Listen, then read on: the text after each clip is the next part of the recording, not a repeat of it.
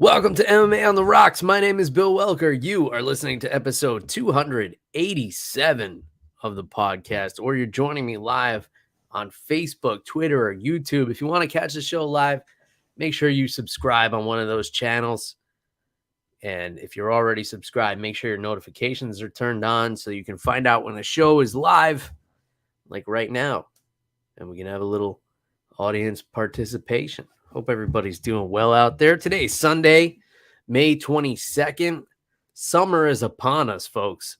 It's already heating up down here in Florida. I'm sure it's getting warm wherever you find yourselves right now, unless you're on the other side of the globe, that is. We had some fun fights this weekend. UFC Vegas 55, I believe. Ketlen Vieira and Holm. Before we get into that, obviously, Jeff the Animal Wilson is not with me this evening. He's on vacation again somewhere in Pennsylvania, far from Wi-Fi. So feel free to send along your positive vibes for the animal, and I will be sure that he receives them. I have been in contact with him when he finds himself in cell phone service. I think he's camping or living off the land, something. But yeah, he's out there in the wilderness having some fun this weekend. It seems like one of the last weekends that would be fun to go camping before it gets too like hot and humid and summery and like not wanting to be outside. A few updates on my end. I started construction on my little grill gazebo in the backyard. My buddy Ryan, shout out to him. Cook's Auto World on YouTube and Instagram. If you want to give him a follow, if you want to get some good mechanic advice from a master mechanic. He helped me pick up some lumber yesterday. We went to Lowe's, and I had a list of all the lumber that I needed, all the correct sizes and everything. And we went through, and I made sure to pick out like the most pristine pieces. And we had two big carts full of lumber, and there was one person in front of me online. And just as I was about to approach the cashier, the entire credit card system went down at Lowe's.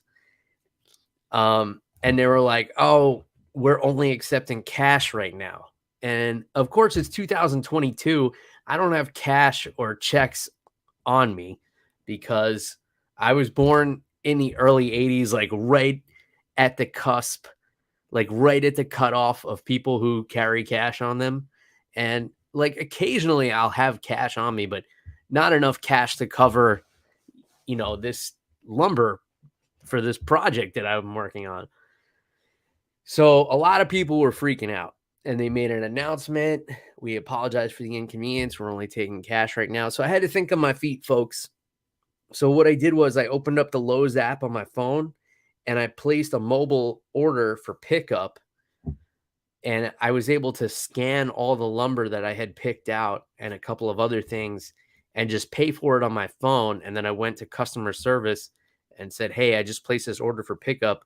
I have everything picked out already. Can you just come check it off and say that it was picked up?"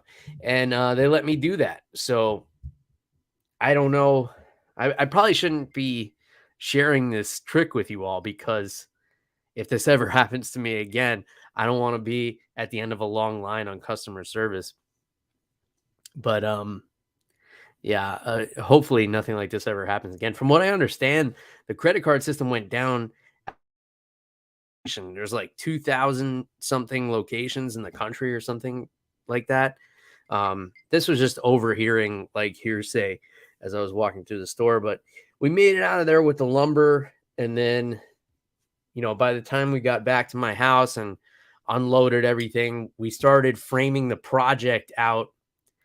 And then it just got to be too late, and we have to put it off till next week. And I'm going to be going to pick up the roof panels next week upstate. It was funny because the roof panels that I wanted to order, I wanted a specific metal roof in a red color. and I was going to order it online, but the shipping was going to cost me as much as the order. But then I found um, a retailer that carries it about an hour north of me in a place called Brooksville, which is near Weeki Wachee. You may have heard of this. It's like a big park area, and they have like women who dress up as mermaids underwater and stuff, and they put on a little show. My daughter loves mermaids and stuff. So I told my wife, I said, hey, I have to pick up these roof panels up in Brooksville. Should we all go? And about 25 minutes later, I had an invite in my email for an Airbnb in in Brooksville. So we're gonna go up and make a weekend out of it, Memorial Day weekend, and then come back. I'll throw this thing together, throw some stain on it, and I'll share some pictures with you guys so you can see how it turned out. Wife and I got a babysitter on Friday night. We went into Tampa to see Bill Burr, the great Bill Burr, do some stand-up comedy at the amphitheater in Florida. And this is like, it's an outdoor theater, so I didn't know how it would go for stand-up comedy. I thought it would be a little weird, but it actually worked. Even he admitted he had never done stand-up in like an outdoor amphitheater like that before. So the show was good. He was very funny. The problem was, I guess he's getting ready to film a special or something like that. So there were no cell phones allowed in the venue, which made me a little bit uncomfortable because my kid is home with a babysitter. You know, we're like 45 minutes away from home. So what they do is they put your cell phone in a little bag and kind of lock it. And you have to go to a security personnel or something to get it unlocked. And I've done things like this before. I saw Sebastian Maniscalco a few years ago, right before he did a special. I saw Chris Rock right before his last special, and they did the same thing. But it was at a different venue, and it was very efficient, and there was always somebody nearby who could unlock. So if my phone went off in my pocket, I could just bring it to somebody right away and check to see if the babysitter was trying to get a hold of me or something like that. Obviously, that would be a concern when someone's watching your child. You want to be accessible. I think that's a rational concern to have. But this amphitheater was just a hot mess. So we pulled into the parking lot, and we had paid for like the upgraded parking where you get to park closer and whatever. And we couldn't find it. And one of the attendants directed us the wrong way. And we're trying to get through the parking lot, and there's people walking everywhere. First world problems, I know. But we find a place to park, and we try to get in, and the line just stopped where they were scanning everybody's tickets. And rumbling started to get back further and further in the line that they had run out of the cell phone bags that they lock your phone in. So they were trying to get more, but they couldn't get them. So what they did was, as you walked past the security guard, he had to watch you turn your phone off. So I turned it off in front of the security guard, and naturally I turned it right back on when I was 10 feet away from him. Because I wasn't going to have my phone turned off when my kid is with a babysitter. That's just not happening. Because if the babysitter had gotten a hold of me, I, without hesitation, would have walked out of the show and left immediately. If there was some kind of emergency concerning my child. So turn my phone back on. Of course, I wouldn't record the set or take photos or anything like that. So that made it a little awkward. And because of that delay, the show had already started when we got in there. But Bill Burr was very funny. As a former stand-up comic myself, which it's been a long time since I've done stand-up, since I've gotten on stage. But I enjoyed seeing the mastery, because at one point he made some jokes that seemed to make the crowd uncomfortable. Like the whole place kind of groaned a little bit. And I won't give the bit away in case, he works it out and it ends up in his special or whatever. I don't want to ruin it for him. But he had some jokes that didn't sit well with the audience. And he knew he kind of lost everybody. Like, he looked uncomfortable. So he went and took a sip of water and then came back and changed the subject and started talking about Tampa and local sports teams and kind of like brought everybody back in and finished the show pretty strong. But it was a fun experience. I enjoy Bill Burr. I think he's a funny guy. I've liked most of his comedy specials that have come out, especially the earlier stuff. And the older I get, the more I relate to that just, cranky old man comedy that he has. So it was a good time. I would recommend seeing him if he's in your area. Just make sure it's not at an outdoor amphitheater where the employees are like tweaking on methamphetamines or anything like that. Because that was a very distinct possibility. I believe one of the parking lot attendants was like very clearly on meth. But still working, collecting a paycheck. So bless her heart. All right. So that was that. That was my weekend in a nutshell. Hope everybody had an enjoyable weekend as we're approaching summer here. And let me see what kind of view I want to go with here. All right.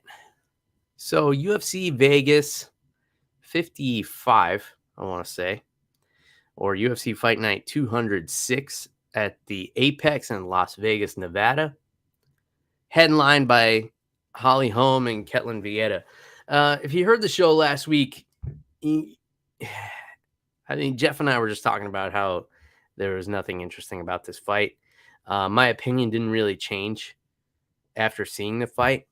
A lot of people were throwing around the term robbery after this. So if you didn't catch the fight, Ketlen Vieira won a split decision, and people were saying Holm got robbed. I wouldn't say it was a robbery, personally. I think it was a really close fight. I think Holly landed more shots and had more control time in the clinch, but I really think Ketlen did more damage, and that's the difference. So rounds 1, 2, and 5 were pretty easy to score. So Holm won the first round. Ketlen Vieira almost choked Holm unconscious in the second round. That round could have been a 10-8. 3 and 4 were really close. And then 5, Holm won again. So depending how you scored 3 and 4, Holly was holding Ketlen up against the cage. She dropped her with a body shot. I believe it was in the 4th round. But then, Ketlen came back with some headshots that rocked Holly. And when she was landing, like, she seemed to be hurting Holly more than Holly was hurting her. So it depends what you're looking at as a judge. And, having been a judge myself in the past few weeks and feeling that pressure, like the round ends and you're trying to calculate everything in your head that you just saw, like, oh, well, Holly knocked her down, but Ketlen had those headshots and rocked Holly. And then you just write the score real quick and you give it to, whoever's collecting it. Yeah, I could see how it went Ketlen's way. 2 of the judges saw it that way. I know all of the media who was scoring the fight scored it for Holly. A lot of people on Twitter were calling it a robbery. I just didn't see it that way. I definitely think Holly could have won the fight. She could have won 4 out of 5 rounds, but she also could have lost 3 out of 5. So I don't know. Let me know what you guys think. Leave a comment who you thought won the fight, and see if I'm way off base here. But I think it was a lot closer than people are willing to admit. And let's be honest, they'll probably give Holm a title shot after this anyway, because that's what they do. They give her main events, they give her title shots, and she doesn't even need to win. So What's everybody complaining about?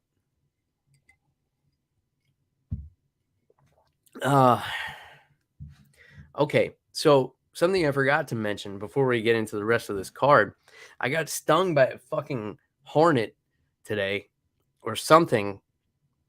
I was doing some yard work. My wife took my daughter to the local pool nearby. And while they were gone, I was going to get some yard work done. So I was trimming some weeds out front around a tree next to our driveway. I was using a hedge trimmer to take the weeds down, and then some branches were hanging kind of low. They were thin branches. So I just hit them with the hedge trimmer, and I guess I hit a hornet's nest. And the next thing I hear some buzzing in my ear, and then I feel something hit me in the back of the neck. And I swear it felt like I got hit with a baseball bat. I got lightheaded. I started to back up. I was like a little dizzy. And then I saw all these hornets flying out of the tree. I actually like screamed in pain, which is unusual for me because when I get hurt, I'm usually very quiet, very introverted. I know a lot of people listen to this show think I'm an extroverted kind of guy. I'm actually not. Um, I internalize a lot of my pain and, swallow a lot of emotions along with a lot of whiskey. But yeah, I'm not one to be loud about anything. But when this thing stung me, and I think it caught me a couple of times right behind the ear, right in the neck. And man, it hurt like a motherfucker.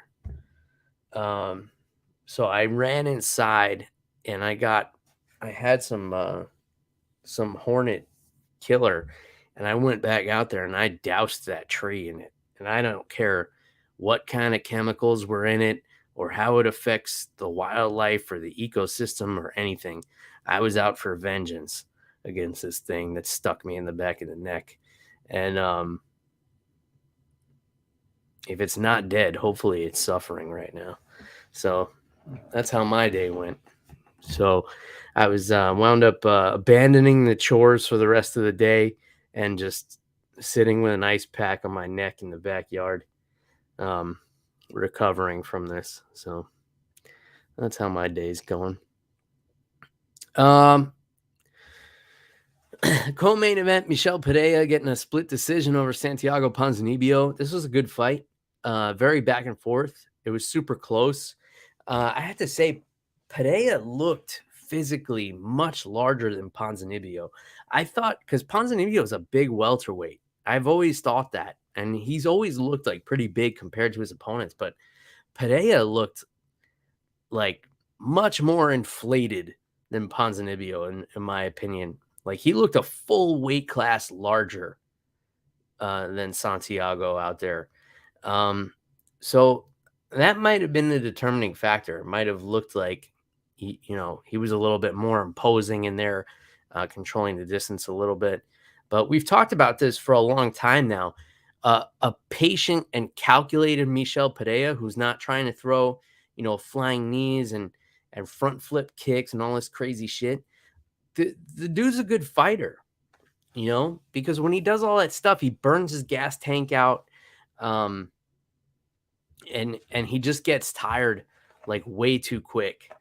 And that's always been his downfall, but he seems to have corrected those things. And now he's got a win over a top guy in Ponzinibbio, who a lot of people were expecting to challenge for the title, just a few years ago. So this is a big win for Michel Pereira. And it was a fun fight too. Then we had Chidi Njokuani. A lot of people are familiar with his brother Anthony, who fought outside of the UFC for a long time. Very popular fighter. And Chidi is just a beast. He showed some ground skills in this fight. Ended it with a big knockout, elbow knockout at the end of the first round over Dusko Todorovic. Just a spectacular performance. He's so strong, so explosive. He's got great striking. He's got solid grappling. Like, this dude's a problem middleweight. Like, it took him a while to get to the UFC, but now that he's here, I imagine they're going to have to move him up pretty quick. I mean, he was just below the co-main event here in this, which I believe was like his second or third fight in the UFC. So you're going to have to give him somebody in the top 15 pretty soon. And you kind of need a little spice in this middleweight division. So it was good to see. And speaking of being able to see, I don't know if anybody can even see this fight card that I'm looking at here. Let's see if I can make it a little larger here. Going with a new view since the animal's not here. Let's see. Tabatha Ricci, unanimous decision over Polyana Viana. This was just, no controversy here. Ricci was just able to control the entire fight. She showed some good grappling. She was the smaller fighter, but didn't seem to make a difference. She was able to control the fight everywhere it went. Jun Young Park, split decision over Eric Anders. This one was interesting because Anders was pushing the pace for most of the fight. But Park was doing more damage. It was kind of similar to the main event. Anders was constantly pressuring. He was trying to get Park up against the cage. He was trying to wrestle a little bit. I think he had like 15 takedown attempts or something like that. He landed a few of them. But when Park was landing, he was hurting Eric every time. So he comes away with a split decision there. Joseph Holmes submits Alen Amedovski. And this was an impressive fight as well. Holmes looked good in there. I believe it was his first win in the UFC. We could take a look at that real quick. Call him the ugly man. I don't know if it's because of his waxed mustache or whatever. Yeah, so this was his second fight in the UFC. His first fight was a unanimous decision loss to Jamie Pickett. So he came out here. He looked good against Amedovski. That was a big win for him. Here's one of the most impressive performances on the card to me. Jailton Almeida over Parker Porter. And Almeida, really a light heavyweight. I believe he's going to move down to light heavyweight now. I think he took this fight on short notice or something like that and agreed to move up to heavyweight. But yeah, this dude has been on a tear. Dana White's Contender Series back in September 2021. He basically finishes all of his fights. Hasn't lost a fight since 2018. And has finished every fight since. So super impressive. The wrestling is what really struck me with Almeida because Parker Porter's a big dude.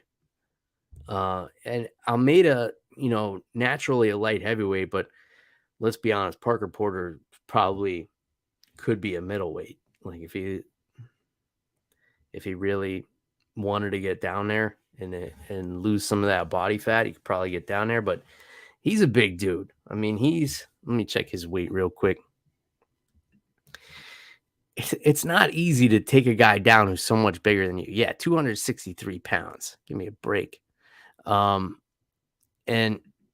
Almeida, a natural 205 pounder, got under Porter's hips, met with a little bit of resistance, but was able to get him down and then just kind of buttered him up until he worked his way to that rear naked choke right at the end of the round. There was no point where Parker Porter was in this fight, really. This fight was all Almeida, and he was super impressive. So that was a fun one. Uros Medic with a TKO over Omar Morales. This was a good fight as well. These guys were trading shots, but it seemed like Morales was getting the worst of the exchanges as the fight went on, and it added up as we got into the second round, and he got dropped. Morales got dropped, I believe, like 3 times. And after the third time, Chris Tognoni had to step in and end it because Morales was not able to fight back anymore. Like his brain was just shut off. I mean, credit to him for getting back up those first 2 times, but Medic just put him down too many times, too hard, turned his brain off, and that was that. Jonathan Martinez, victory over another Morales, so back-to-back losses for the Moraleses. This was just a very one-sided fight. Jonathan Martinez controlled this whole fight on the feet. He took him down when he wanted to. The first round was a little close, but then Martinez just kind of ran away with it. Chase Hooper, TKO over Felipe Diaz Colares. So we had Colares, Morales. So not a good night for S's. Names that end in S's, I guess. This, a lot of people were praising Chase Hooper for this, and rightfully so. It looks like he's starting to grow into his man body a little bit. It was still like after Mark Smith stopped the fight and he got up and he started screaming, my first thought was immediately like, how could you be afraid of this kid? Like he still sounds like a child. Like he let out like this kind of primal scream, but it just sounded like, somebody stepped on a 5th grader's foot.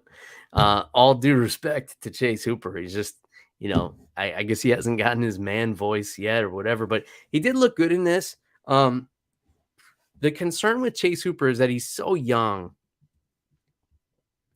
and he's getting in there with, grown men when he's just not fully developed yet. And even in some of his victories in the UFC, like he's taken a lot of damage. Like I think it was the Peter Barrett fight where he was getting beat up bad, and then he pulled out a heel hook late in the fight. Lost his last fight to Steven Peterson. So my concern with Chase Hooper is that he kind of came into the UFC a little prematurely. And I get it. Like you're out there in the regional circuits and you can't get fights and things like that, because he is really good. He's very skilled. But the discrepancy you see between him and his opponents is just the strength. He's got great technique. He has great endurance, but Colares was getting positions on him, and he was pulling off things against him earlier in the fight that shouldn't really work. Like if you're the same size as someone else, and he didn't really have leverage on his side, but he was still able to pull off like certain sweeps and takedowns that just, that just shouldn't work if somebody's like has a similar strength to you. Obviously, I want to see him do well. I think he's a good kid. I just hope they bring him up slowly, because if you start putting him in there with some hammers, 22 is just too young to be taking this kind of damage. And just to put in perspective what I'm saying, I don't think there's an active champion in the UFC, male or female, under the age of 30. So around 30, 31, 32 seems to be like the physical prime for this sport. I would just hate to see him take too much damage before he really gets to his full potential, before he gets to his physical prime. That's my only concern with him. And then Sam Hughes with a TKO over Elise Reed. This was a one-sided beating as well. And you could kind of tell that Reed had kind of given up in that third round, and because Sam Hughes was just taking her down at will, beating her up, and then passing her guard. And in the third round, she was able to take her down with almost no resistance, and it was just, you know, it was basically a physical mismatch. You could see that Reed had kind of quit in there, and Hughes was able to get the TKO. Cristagnoni had to stop the fight, and I thought it was a good stoppage. So that was it. Sam looked good in there. So this is, overall it was a good card. There were some great fights, some standout performances. For me, Almeida was the most impressive performance on the card, but Chidi Njokuani looked great. Michel Pereira looked great. Joseph Holmes looked great. Uros Medic with that big finish. Chase Hooper looked excellent. Yeah, fun little card. So that was that. And then we have a little break next week, I believe, because the next fight card is not until June 4th for the UFC. That's Alexander Volkov and Jairzinho Rosenstrike. And that's a fun matchup, I think. That'll be a fun fight. And what else do we have on this card? I guess I can take a deep dive on it next week. Alonzo Menafield and Askar Mazarov. That's a fun fight. Karolina Kowalkiewicz and Felice Herrig. That's a good one. And yeah, a lot of unknowns on this card, but that usually amounts to a lot of action. Yeah, so that's that. I'm drinking a Kirkland Tennessee whiskey. It's like Costco's version of a Jack Daniels, which I actually prefer it over Jack Daniels. For whatever reason, you would think like, oh, Costco, it's got to be like poor quality, but they do a lot of research and they source their booze like very well. I'm a big fan of their bottle and bod bourbon. They have an Isla Scotch they make that's really great. Nobody's really disclosed who makes it, but I have a sneaking suspicion that it's Lagavulin.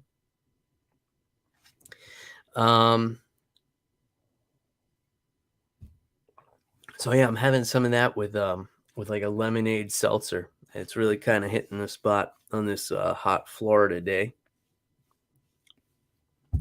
It's easing the pain from my hornet sting that I sustained earlier today. I feel like I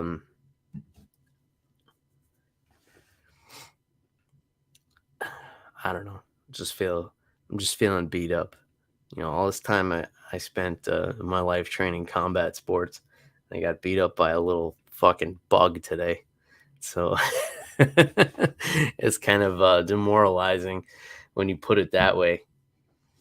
In any case, since it is heating up, it's tank top season. So if you want to grab yourself over the top, under the influence tank top, or you can get yourself a t-shirt or a hoodie if you are on that other side of the globe where it's starting to get a little bit cooler and it's winter time, and in the hemisphere you happen to be living in, you can get some show merchandise from our friends at Team Reaper.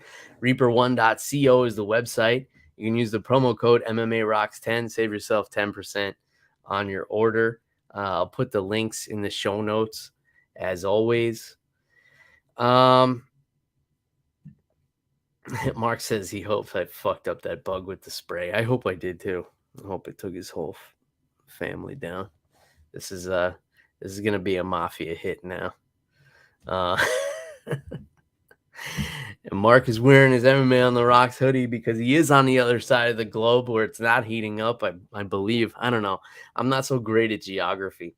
But yeah, if you want to get yourself some MMA on the Rocks merchandise, go through our friends at Team Reaper. I'll put the link in the show notes as always. Short show this week because I'm tired. I got, I was doing a lot of work today. was a long weekend, and that hornet sting took it out of me. I took a little Benadryl just in case I'm allergic to hornets or whatever it was that stung me. I didn't even get a good look at it. Like, if I had to talk to a sketch artist at the police department, I don't know if I could accurately describe the type of insect it was, but it was very large. It hurt me very badly. It all happened so fast. Um, and I just hope it's suffering right now, like I am. Uh, so that's that. Um, I don't have anything else for you guys. So a quick little episode. Hopefully it lasted you for your commute on Monday morning or whenever it is that you consume the show. I do appreciate everybody who tunes in. I appreciate people sharing the episodes and leaving comments on the YouTube page, leaving reviews on iTunes or Google or Spotify or wherever it is you happen to be consuming the podcast. I'm trying to get the video going on Spotify. There's been some glitches with that, but I'll let you guys know when that's available. Start trying to, I feel like Spotify needs my face. I'm still trying to get one of those COVID warnings on my podcast. I've never had one of those on there. So I guess like nobody from Spotify cares enough to listen to my opinions about COVID. I don't talk about it that much, but sometimes I want to, just so I get like one of those little warning labels. I don't know. I have obscure goals. In any case, I appreciate all of you. Thank you for tuning in. Thank you for listening to me solo. Hopefully we'll have the animal back next weekend, unless he's going to be like in the Adirondacks or like in the Alps or somewhere exotic. I don't know. I don't know what's going on with this guy. But he seems to be having a good time, enjoying life. So thanks everybody. And until next time, cheers everybody. Goodbye.